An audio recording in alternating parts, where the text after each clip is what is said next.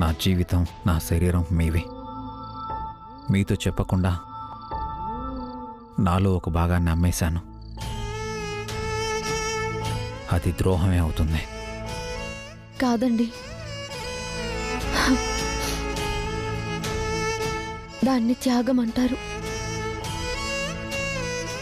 అందరూ ఇది చేయలేరు. మీలాంటి కొందరికే ఇది సాధ్యం. మీకు బాధగా లేదా? ఉంది, భయంగానే ఉంది. మీకేదైనా అయితే నేను, పిల్లలు. నాకేం కాదు వసు గారు. మీకున్న ధైర్యం నాకు లేదండి. కిడ్నీ ఇవ్వాలని నిర్ణయించుకున్నప్పుడు నన్నొక మాట అడగాల్సింది. ఆ కిడ్నీ ఏదో నేను ఇచ్చేదాన్ని.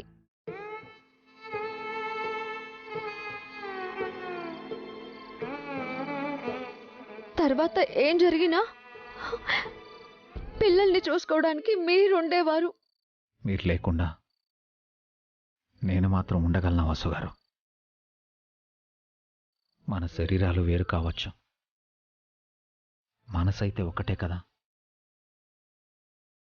కిడ్నీ విషయం మీకు ముందే చెప్పాలనిపించింది, కానీ చెప్పలేకపోయాను. అప్పుల వాళ్ళు ఒత్తిడి చేస్తున్నారు. అప్పులు తీర్చడానికి ఏ దారి కనిపించినప్పుడు అన్నయ్య అఖిల్ వాళ్ళని ఇంటికి తీసుకురాలేను. ఆ టైంలో కిడ్నీ ఇస్తే డబ్బులు ఇస్తారని తెలిసింది. కిడ్నీ అమ్మి అప్పులు కట్టేస్తే అన్నయ్య అఖిల్ని హ్యాపీగా ఇంటికి తీసుకురావచ్చు అనుకున్నాను. మీరు తొందరపడ్డారండి. డబ్బులు ఎలాగైనా సంపాదించొచ్చు, కానీ ఆరోగ్యం పాడైతే? నా ఆరోగ్యం, ఆనందం మీరే వసు గారు. నాకేం కాదు. మీకు పిల్లలకి ఏ లోటు రానివ్వను. మీరే మా భవిష్యత్ అండి. ఇక నుంచి మిమ్మల్ని నేను చూసుకుంటాను. మీరు నా జీవితంలోకి వచ్చిన మొదటి రోజు నుంచి నన్ను చూసుకుంటున్నారు వసు గారు. మీ ప్రేమ నా గతాన్ని మరిపించింది వసు గారు. మీ ప్రేమే నన్ను భవిష్యత్తులోకి నడిపిస్తుంది.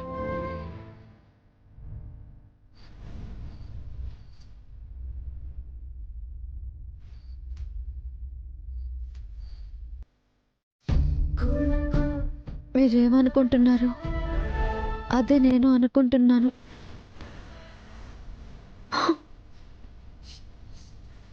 మీకోసం నేనొచ్చాను, నా కోసం మీరొచ్చారు. నాకు తెలియడం లేదు.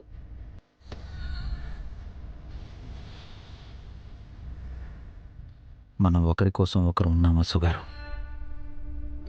మనం కలవడం ఆలస్యమైనా కలిసి బతకడం ఆనందంగా ఉంది. Daddy, mummy, రాబన్ని.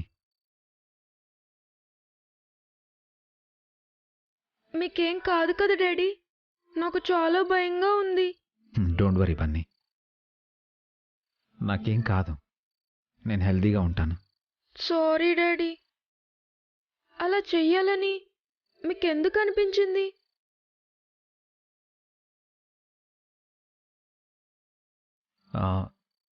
నీ పాకెట్ మనీ మాకివ్వాలని నీకెందుకు అనిపించింది?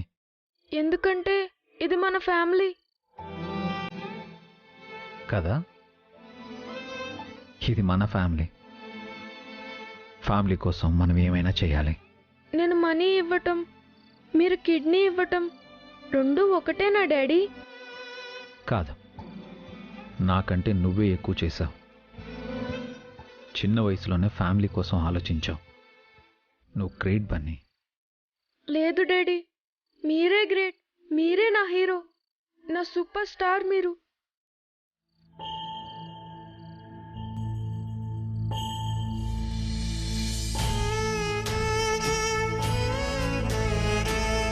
నువ్వు నా లిటిల్ స్టార్వి. మరి మమ్మీ? మమ్మీ హోమ్లీ స్టార్, మనందరికంటే ఎక్కువ.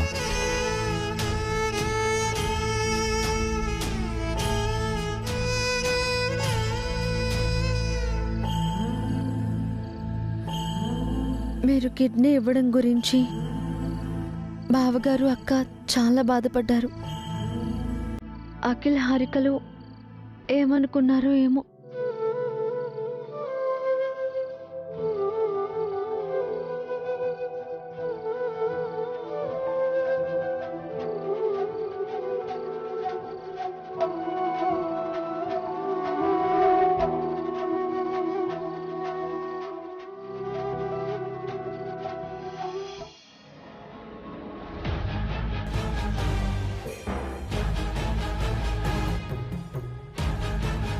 అభి అన్నయ్య కిడ్నీ డొనేట్ చేయడం అంటే నాకు షాకింగ్గా ఉంది హారిక.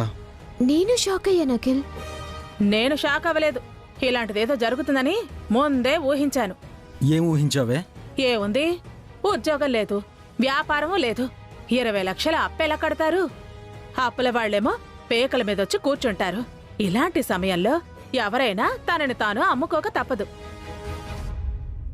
కానీ మరీ కిడ్నీ అమ్ముకోవడం ఏంటి? తలుచుకుంటుంటేనే ఏదోలా ఉంది. కొంపతీసి మీరు బాధపడుతున్నారా ఏంటి? నాకైతే కాస్త బాధగానే ఉంది. మీరిలా ఫీల్ అవ్వాలనే వాడలా చేశాడు. ఏమంటున్నారా ఆంటీ? మీకింకా అర్థం కావట్లేదా? ఇదొక ఎత్తుగడా. ఎత్తుగడేంటే? అప్పు కట్టడానికి కిడ్నీ అమ్ముకున్నాడని తెలిసి అభి మీద మనకు సానుభూతి వస్తుంది కదా, దాన్ని వాడు వసు క్యాష్ చేసుకోవాలనుకుంటున్నారు. ఏ రకంగా క్యాష్ చేసుకుంటారు? కిడ్నీ ఇచ్చాడన్న వంకతో ఇంట్లో మీ వాటా వదిలేసుకోమంటారు. జాలుతో మీరు కూడా వదిలేసుకుంటారు. అంటే 20 లక్షల పెట్టుబడితో 1 కోటి పైన చేసే ఇంటిని వాళ్ళు కొట్టేస్తారన్నమాట.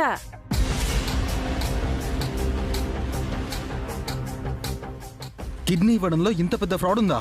ఆర్గన్ డొనేట్ చేయటం పుణ్యం అనుకున్నాను, వ్యాపారం అన్నమాట. అందుకే వాడు చచ్చినా మీ వాటా మాత్రం వదులుకోకండి. 1 రూపాయి కూడా ఇవ్వకండి. ఇంత తెలిసాక ఎందుకు ఇస్తాం? నిజంగా అభి అన్నయ్య చచ్చినా ఇవ్వం. అఖిల్,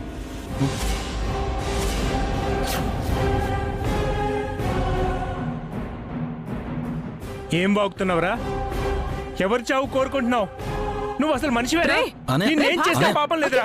నిన్ను వదిలిపెట్టను. నీ అంతు చూస్తాను. బావగారు వదిలేండి. అరే పెద్దడా, ఆగరా. వదులు. ఏం చేస్తున్నారా? నువ్వెందుకన్నయ్య అంత ఎమోషనల్ అవుతున్నావు? అభి కూడా నీకు అన్నయ్యారా. నీకు అన్నం పెడుతున్న దేవుడు ఈ కుటుంబం కోసం తన రక్త మాంసాలు అమ్ముకుంటున్నాడురా. కుటుంబం కోసమని మా అందరినీ కలుపుతారేంటి బావగారు? అభి బావ తన కిడ్నీ అమ్మింది మీ కూతురు శ్రావ్య పెళ్లి కోసం చేసిన అప్పు కోసం, అంతేకాని మమ్మల్ని అమెరికా పంపించడం కోసం కాదు. శ్రావ్య నీకేమీ కాదా హారిక? అది ఎలా అయితే ఈ కుటుంబంలో ఒక వ్యక్తో, నువ్వు కూడా ఈ కుటుంబంలో వ్యక్తివే. ఎందుకలా మనసు లేకుండా మాట్లాడతావు? అవునే, ఒక్క అభిగాడికి మాత్రమే మనసుంది, మాకు లేదు, అంతేగా? మీకే కాదు, మాకు కూడా మనసు లేదు. మనమందరం కలిసి అభి వసూల్ని చిత్రబాధ చేస్తున్నాం. మన కోసం వాళ్ళు కష్టాలు పడుతున్నారు. మన కోసం కాదు, మీకోసం అని చెప్పన్నయ్యా. మాకోసమేంటి అఖిల్? అభి మీకిల్లు ఇవ్వలేదా? ఆస్తులివ్వలేదా? ఎవరి డబ్బుతో మీరు ఫ్యాక్టరీ కొన్నారు? ఎవరి వల్ల ఆ దర్జా అనుభవించారు? మీ తెలివి తక్కువతనం వల్ల ఆస్తులన్నీ పోగొట్టుకుని రోడ్డున పడితే మిమ్మల్ని ఇంటికి తీసుకొచ్చి 3 పూట్ల భోజనం పెడుతుంది ఎవరు? ఇప్పటికీ మనం అభి వసూల భుజాల మీదే ఉన్నాం. ఆ సంగతి మర్చిపోతున్నారా? మమ్మల్ని భుజాల మీద ఎక్కించుకోమని ఎవరడిగారక్క? మేమడిగావా? మా దారి మేం చూసుకుంటూ ఉంటే ఆయన ఆవిడ వచ్చి బలవంతంగా తీసుకొచ్చారు. మనమందరం కలిసి ఉండాలని అభి వసూలు ఆ పని చేశారమ్మా. అది అర్థం చేసుకోకుండా మీ నోటికొచ్చినట్టు మాట్లాడుతున్నారు. అభిని పొగడకపోయినా పర్వాలేదు, తిట్టి శాపనార్థాలు పెట్టకండి. మీరు పొగుడుతున్నారుగా, భజనలు సంకీర్తనలు శ్లోకాలు పాడుతున్నారు కదా, మేం కూడా ఆ పని చేయాలా? మీ వయసుకు తగ్గట్టు మాట్లాడండి పిన్ని. అఖిల్ హారికలకి మంచి చెప్పాల్సింది పోయి మీరే వాళ్ళని చెడగొడుతున్నారు. హా? అవును మరి, వీళ్ళు పాలు తాగే పసిపిల్లలు, నేనేం చెప్పినా వింటారు. ఆ ఒరే అఖిల్, నీ అన్నయ్యగా నేను చెప్పిన మాట వినరా? అభి నాకు సొంత తమ్ముడు కాదు, నీకు సొంత అన్నయ్య కాదు. కానీ మన అమ్మ నాన్నల కంటే ఎక్కువగా అభి వసులు మనల్ని చూసుకున్నారు. వాళ్ళని మనం ప్రేమించకపోయినా పర్వాలేదు, కనీసం ద్వేషించకండ్రా. అర్థం చేసుకోకపోయినా పర్వాలేదు, అపార్థం చేసుకోకండి. మనతో చెప్పకుండానో మన దయా జాలి సానుభూతితోనో ఆస్తులమ్ముకోవాల్సిన అవసరం అబీకి లేదు. అసలు ఆస్తులన్నీ అబీవే అయినప్పుడు మీకు హక్కెక్కడుంది? ఆస్తులు అమ్ముకున్నా అనుభవించినా దానం చేసినా అంతా అబీ ఇష్టం. ఆ మాత్రం కూడా ఆలోచించకుండా మాట్లాడుతున్నారు. మనుషులుగా పుట్టాం మనం, జంతుల్లా బ్రతకొద్దు. మారండి.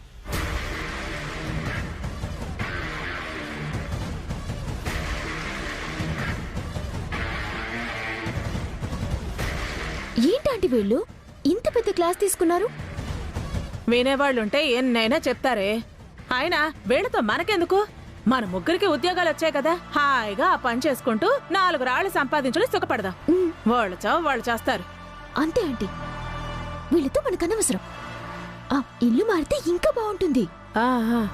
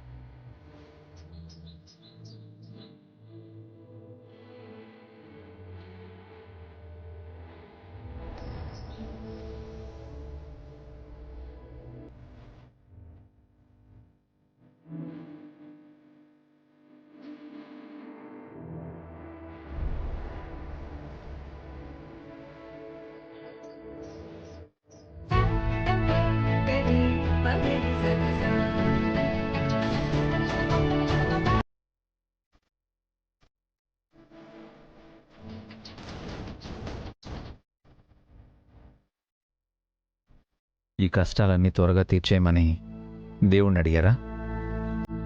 కష్టాలను ఎదుర్కొనే ధైర్యాన్ని ఇవ్వమని అడిగాను. కష్టాలను దాటే దారి చూపించమని అడిగాను. ఇంటి గురించి మీరేం వరి అవ్వకండి, నేను చూసుకుంటాను. మీరెలా చూసుకుంటారండి? మీకు కొన్నాళ్ల పాటు రెస్ట్ అవసరం. కొద్ది రోజులు మీరు ఏ పని చేయకూడదు.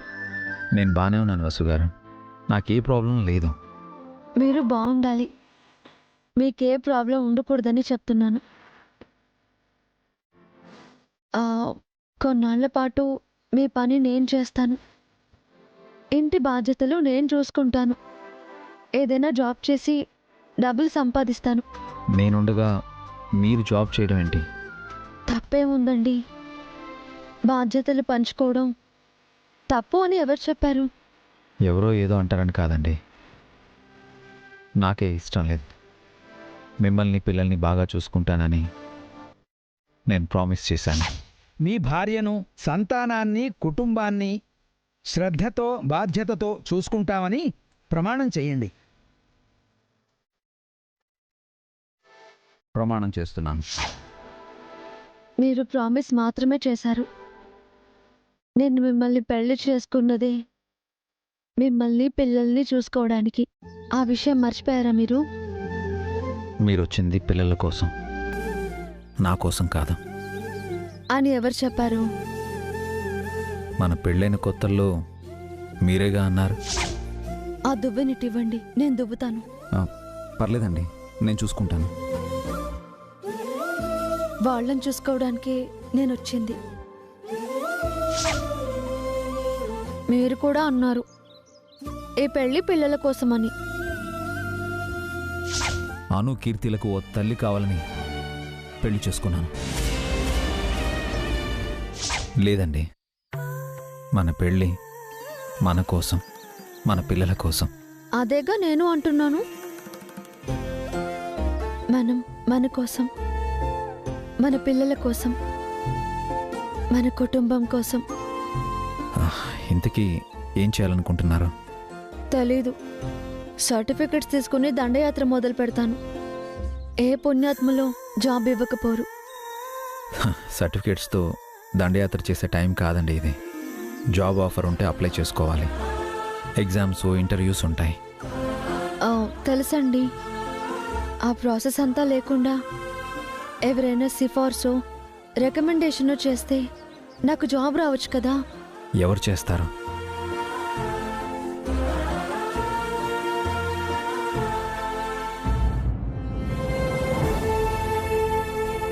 లక్ష్మి,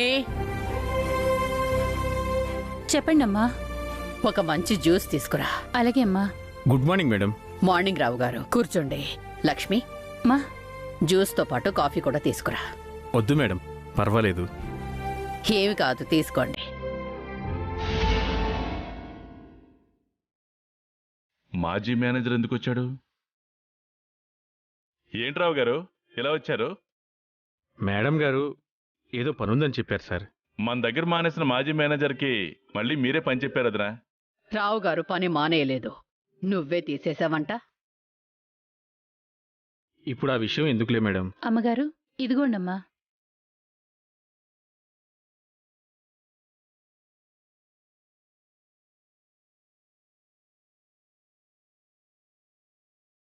నన్ను బాంబ్లాస్ట్ నుంచి కాపాడిన అమ్మాయి గురించి కనుక్కోమన్నాను. త్వరలోనే కనుక్కుంటాను అదనా.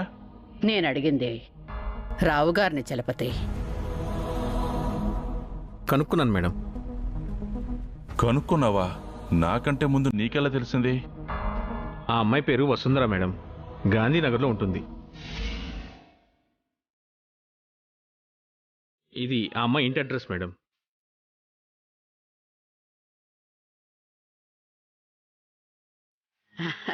థ్యాంక్ యూ రావు గారు. పర్లేదు మేడం. అవును, 2 రోజుల నుంచి నేను వెతుకుతున్నాను. మీరెలా కనిపెట్టారు రావు గారు? మనసుంటే మార్గం ఉంటుంది చలపతి. అంటే వదినా, నేను ఆఫీస్ పనుల్లో బిజీగా ఉండి అందుకే ఆ అమ్మాయిని వెతికే పని రావు గారికి అప్పచెప్పాను. ఆ లక్ష్మి, అమ్మా. కార్ రెడీ చేయమని డ్రైవర్తో చెప్పు. అలాగేనమ్మా. వెళ్ళు. ఎక్కడికి వదినా? ఆఫీస్కా? కాదు, ఆ అమ్మాయి దగ్గరికి. ఎందుకు వదినా? తన్నే ఇక్కడికి పిలిపిస్తాను. తను నా ప్రాణాలను కాపాడింది. తన దగ్గరికి వెళ్ళి కృతజ్ఞతలు చెప్పుకోవటం సంస్కారం అనిపించుకుంటుంది. మీలాంటి పెద్దవారు ఎవరో ముక్కు మొహం తెలియని అమ్మాయి దగ్గరికి వెళ్ళడం బాగోదు వదినా. ఆ ముక్కు మొహం తెలియని అమ్మాయి వల్లే ఈ రోజు నేను ప్రాణాలతో ఉన్నాను. నన్ను కాపాడిన అమ్మాయి నాకు గుళ్ళో దేవతతో సమానం. దేవత దగ్గరికి భక్తులు వెళ్ళాలి కానీ భక్తులు తమ దగ్గరికి దేవతని రప్పించుకోకూడదు. Once again thank you Rao గారు. ఆఫీస్ అవర్స్లో వచ్చి కలవండి. Thank you madam. You're welcome. Car ready అయింది మేడం. సరే, నువ్వు వెళ్ళు.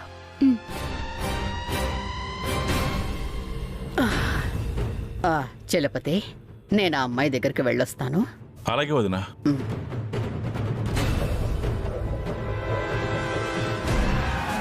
ఆ రోజు నన్ను చూసేసిందేమో, ఈ రోజు వదినకి నా గురించి చెప్పేస్తుందేమో. ఏం చెయ్యాలి? వదిన ఆపలేను. వసే వసుంధర, ఎవరే నువ్వు?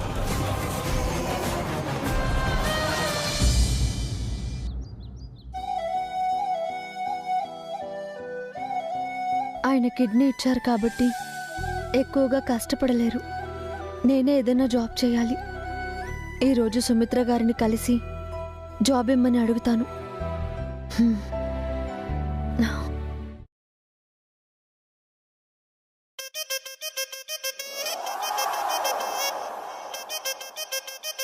అమ్మ హారిక, నాకంటే ముందు నువ్వు రెడీ అవుతున్నావా? చెప్తాను నీ సంగతి.